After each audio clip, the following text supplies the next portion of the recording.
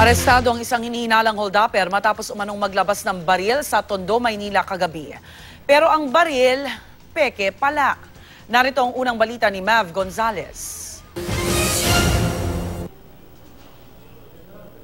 Sa unang tingin, aakalain mong totoong baril itong gamit ng isang hinihinalang hold-upper sa Tondo, Maynila. Naaresto sa kanto ng Juan Luna at North Bay ang suspect na si Roderick Lerio kagabi.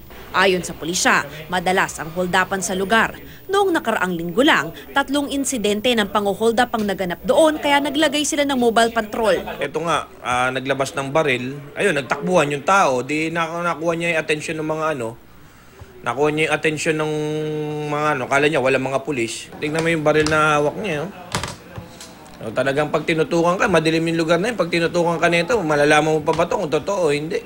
Gun replica pala ang dala niya at tingin ng pulis ay gagamitin niya ito para mang-hold up. Pero ayon sa suspect, kabababa lang niya ng jeep. Ang nakasibilyang pulis daw sila.